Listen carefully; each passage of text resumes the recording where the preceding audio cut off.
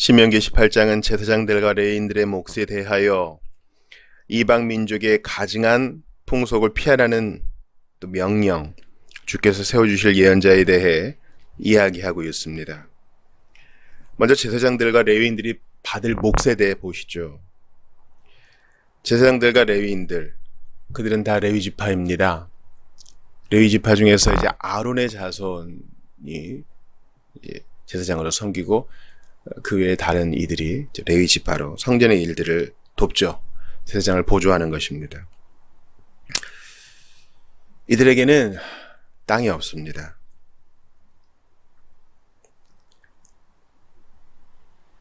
이스라엘 땅에 흩어진 목초지가 있기는 하지만 그들에게는 기업, 즉 그들의 가문에게 주어진 땅 몫이 없습니다. 그래서 그들은 1절에 나온 것처럼 주께 바쳐지는 제물에서 그들의 유산을 받게 됩니다. 이렇게 해서 제사장의 직분, 또 성전 봉사의 직분이 계속되게 하셨고 섬기는 자들이 보조를 받게 하셨습니다. 이러한 것이 이제 우리는 신약 시대에는 교역자의 생활이라고 알고 있고 고린도전서 9장 13절에서도 이에 대해서 얘기하고 있습니다. 5절 보시면 이렇게 하는 이유가 레위 지파를 선택하여 그들로 하여금 자손 대대로 성전에서 주를 섬기도록 하셨다. 이렇게 말씀을 하셨습니다. 그러므로 이 직분이 계속되어야 된다고 하셨고 누군가는 이 일을 위해 전무해야 한다. 이렇게 얘기를 하고 있는 것입니다. 이러한 상황에 대해서 한번 정확하게 짚을 필요는 있어요. 많은 분들이 요즘 그 교육자들이 이중직에 대해서 얘기하면서 목회자도 세상 일을 해야 된다. 그래서 자급자족을 해야 된다. 일주일에 한 번 일하는 거 아니냐, 교회에서. 이렇게 생각하시는데 그 근본 취지에 대해서 한번 얘기할 필요가 있습니다. 목회자가 이중직을 하는 것에 대한 아주 좋은 그 효과가 있어요. 저도 그렇게 해봤기 때문에 알고 있습니다. 일단 다른 일을 해보면 야, 이게 돈 버는 게 쉽지 않고 우리 성도들이 정말 얼마나 치열하게 살고 있는가 그걸 알게 돼요. 그러나 아주 치명적인 단점은 뭐예요? 사역에 집중을 할 수가 없어요. 교육자는 항상 레디의 상태가 되어 있어야 하거든요. 뭐 항상 설교할 준비, 죽을 준비, 이사할 준비가 되어 있어야 한다고 하는데 성도들에게 무슨 일이 언제 어떻게 생길지 모르고 주중사역을 위해서 항상 이 스펄전의 표현대로 따르면 당겨진 화살과 같은 삶을 삽니다. 그러니까 이거 끝나면 다음 거 준비해야 되고 늘 또 주일 설교를 마음에 두고 있어야 되고 읽어야 될 것들은 많고 만나야 될 사람들은 많고 몸은 피곤하고 또 교육자도 가정을 꾸리고 있기 때문에 상당히 사역에만 전무하는 것도 쉽지는 않습니다. 우리가 교육자의 이중직 얘기하면서 또 레위기 18장의 초두를 대하면서 레위 사람들도 뭐 성전 봉사 말고 다른 일에서 땅 얻으면 되지 않느냐 이렇게 얘기하시는 분들에 대해서 이제 그런 분들이 주장하는 이제 바울의 천막일 거기에 대해서 한번 해명을 해야 되겠습니다. 바울이 천막 만드는 일 해서 자급자족하지 않았느냐 이렇게 얘기하시는데 중요한 사실은 바울이 그의 사역 가운데 천막 만드는 일을 쭉 하지 않았어요. 아주 짧은 시간 동안 일정 기간 동안만 했습니다. 왜요? 디모데와 실라가 그를 떠나 있었고 그를 통해서 후원금을 받을 때까지는 그가 그 누구에게도 거리낌이 되지 않기 위해서 스스로 벌어 생활했던 것입니다. 그러나 그들이 왔을 때에는 동역자들이 왔을 때는 더 이상 브리스길라 아굴라와 더불어서 천막일을 하지 않았어요. 그러니까 이제 목회자의 이중직에 대해서 이런 본문을 끌어올 땐 조심해야 됩니다. 늘 했던 것이라면 모든 이들에게 적용할 수 있는데 일정 기간만 했기 때문에 우리는 신명기 18장의 말씀을 신약교회의 원리로 받을 수 있어야 돼요. 그러니까 우리가 즐거이 또 기쁘게 주님을 섬기는 것은 동시에 교육제를 잘 세우는 것과도 관련이 되어 있습니다. 교육제는 물질에 있어서 초연해야 되기 때문에 돈을 많이 벌거나 세상 욕심을 내려놓고 자기에게 주어진 것으로, 즉 교회에서 허락한 것으로 만족하면서 사역에 집중을 해야 되겠어요? 여러분, 요즘 쓰레기와 같은 정보들이 너무 넘치기 때문에 우리가 반대 정신이 필요해요. 팀 찰리스라는 분이 참 좋은 인사이트를 줬는데, 뭐 여전히 인스타그램 있고 트위터 있고 또 유튜브 대세고 뭐 이래도 역시 그래도 끝까지 남을 매체는 블로그다, 이런 얘기예요. 블로그는 글을 쓰는 거잖아요. 교육자도 글을 쓰고 글을 읽고 해야 되는데 얼마나 많은 시간이 필요한지 모릅니다. 이런 일들을 통해서 반기독교적 사상, 그런 사상들을 물리치고 성도들을 가르치고 상담하고 이런 일을 하는데 하루 24시간이 부족합니다. 그러므로 구약시대의 제사장들과 레위인들의 몫을 하나님이 따로 떼어놓으라고 명령하신 것처럼 우리 역시 몸된 지역교회에 잘 정착해서 교육자를 잘 세우는 것이 교회의 건강을 위해 필요하다. 아주 중요한 일이다. 이것을 좀 기억하시면 좋겠어요. 우리가 월급 준다 이렇게 생각하시면 안 되고요. 드리는 것은 하나님께 드리는 것이고 하나님이 그것을 받으사 교육자들을 먹이시고 입히시고 교회를 세우신다. 이렇게 받는 게 중요해요. 이건 모든 헌상에 있어서도 마찬가지입니다. 우리가 낸 돈으로 교회가 운영된다. 이것은 반만 맞는 거예요. 1차적으로 모든 헌상은 하나님께 드려지는 겁니다. 하나님이 우리의 상한 마음과 함께 예배를 받으시고 필요한 것을 하늘에서 내려주시는데 그것을 우리가 받아 쓴다. 이렇게 생각해야지. 안 그러면 교회의 주인이 하나님이 아니라 사람이 돼버립니다. 군주주의도 문제요, 민주주의도 문제예요. 이것은 다 인간이 만들어낸 제도예요. 하나님이 허용하신 제도죠. 작정적인 뜻은 아니라고요. 그러므로 왕 대신 하나님의 명령에 우리가 무릎 꿇고 복종해야 되겠습니다. 9절 이하에 이방 민족의 가증한 풍속을 피하는 것과 또 주께서 세워주실 예언자는 하나로 이어져 있어요. 이방 민족의 가증한 풍속, 인신제사 얘기하죠. 또 주문을 외고 죽은 사람이 넋을 불러내고, 그래서 인생애를 물어보는 사람들. 고대 사회잖아요. 어느 나라나 할 것 없이 다들 궁금해했어요. 뭐가 궁금했을까요? 전쟁에서 이길런지, 비가 언제 올런지 이렇게 궁금했어요.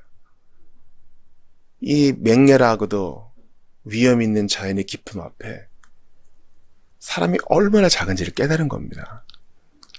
그래서 신들이 있겠구나. 그래서 자기가 할 수 있는 최선을 다하는 거예요. 뭔가 좀 영험해 보이는 사람 불러다가 눈 뒤집어지면 물어보기도 하고, 또 그것의 끝판왕은 뭡니까? 자기 자식들을 제물로 바치는 겁니다.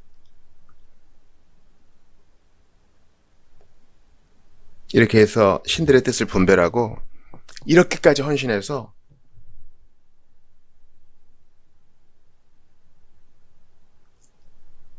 신들을 압박하는 거예요. 이렇게까지 하니까 알려줘요. 이런 겁니다.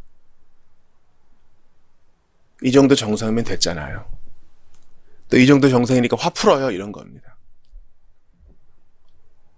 신들을 압박하고 조종하고 또 간절한 마음으로 청원하는 거죠. 지성이면 감천이다. 그러나 하나님은 이거 아니라고 하셔요. 내 몸의 열매로서 주께 바칠까. 이 아름다운 멜로디는요, 미가 6장, 미가 선지자의 음성을 담고 있죠. 내 몸의 열매로서 자식들 바치지 말라 이거예요. 하나님 원하시는 거 그거 아니라는 거예요. 하나님께서 우리에게 원하시는 것은 공의를 행하고 인자를 사랑하며 겸손히 우리 하나님과 동행하는 것입니다. 하나님은 세상 이방 민족이 요구하는 것을 우리에게도 요구하지 않아요. 나 목마르다 물 다오, 나 배고프다 밥 다오, 그러시는 하나님이 아니세요. 주님은 우리를 원하시고 인격적인 교제를 원하세요. 그러므로 이런 이들을 다 쫓아내야 된다. 주님이 말씀하십니다. 이런 풍속 닮아서는 안 된다. 이렇게 말씀하십니다. 거짓 선지자는 죽여야 된다. 이렇게 말씀하십니다. 그런 방식으로 살아서는 안 된다. 말씀하세요. 부정적인 것을 먼저 말씀하시죠. 그러니까 미신 사상을 방비하는 것은요, 이런 것들을 막고 이런 것들을 물리치고 이런 것으로는 부족해요. 적극적인 뭔가가 필요해요.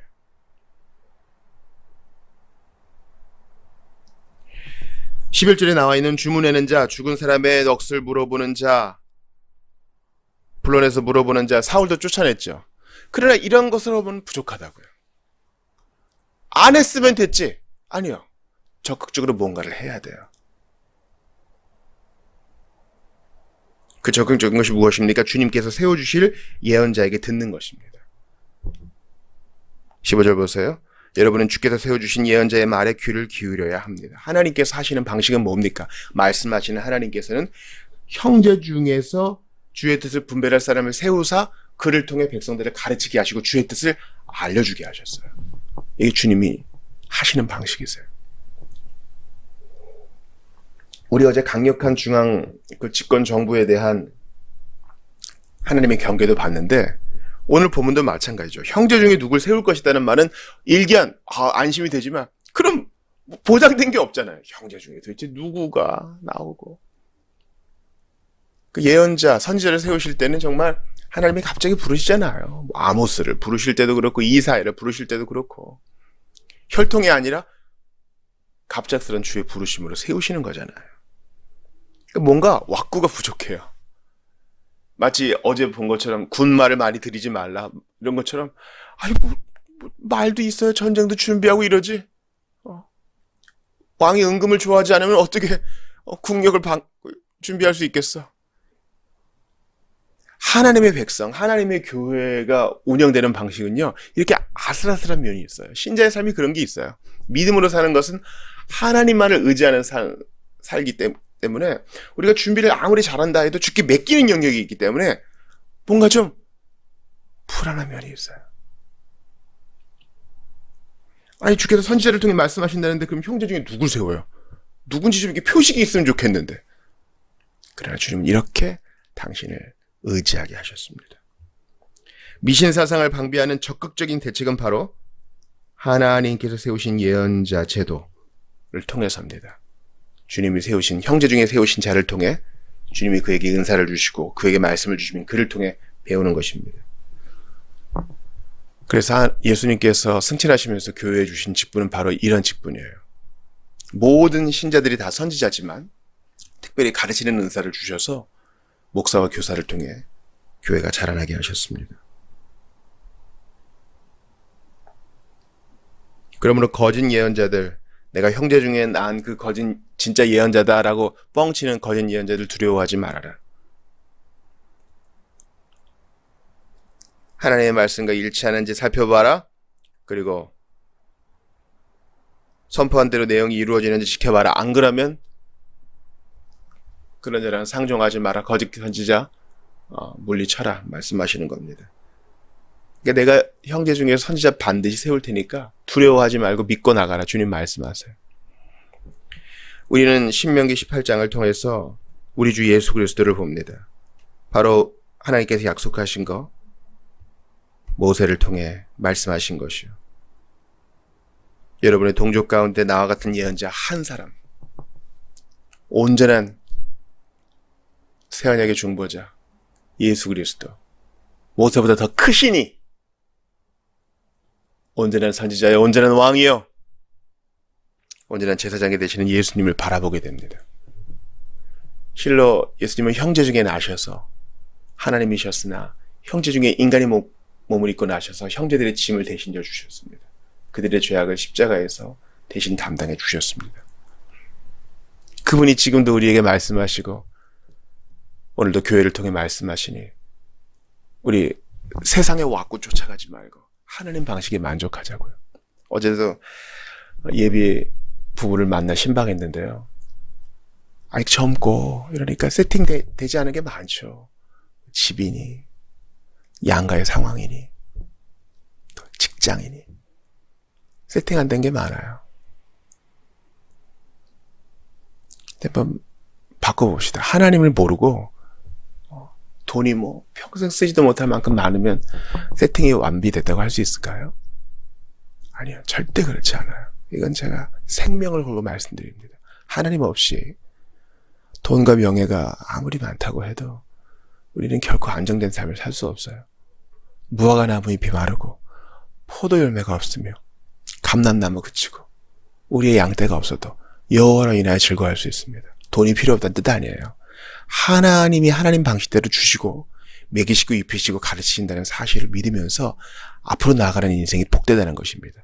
그러면서 노동의 신성함을 인정하면서 기꺼이 땀을 흘리는 거죠. 우리 구주 예수님께서 지금도 우리를 가르치시고 지금도 우리를 인도하시고 지금도 우리를 채우시니 모세보다 더 크신 분께서 우리를 온전하게 세우시니 조금도 두려워하지 말고 앞으로만 나아가시는 여러분들 다 되시기를 주의 이름으로 축원합니다. 성경의 원리대로만 믿고 실천하며 나아가시는 여러분 되시기를 주의 이름으로 축원합니다. 잠깐은 두렵고 세상이 부럽고 내 믿음이 쪼그라드는 것 같을지라도 하나님은 강하시다, 전능하시다, 인자하시다, 자비하시다 이 믿음 가지고 앞으로 나아가시는 여러분들 다 되시기를 바랍니다.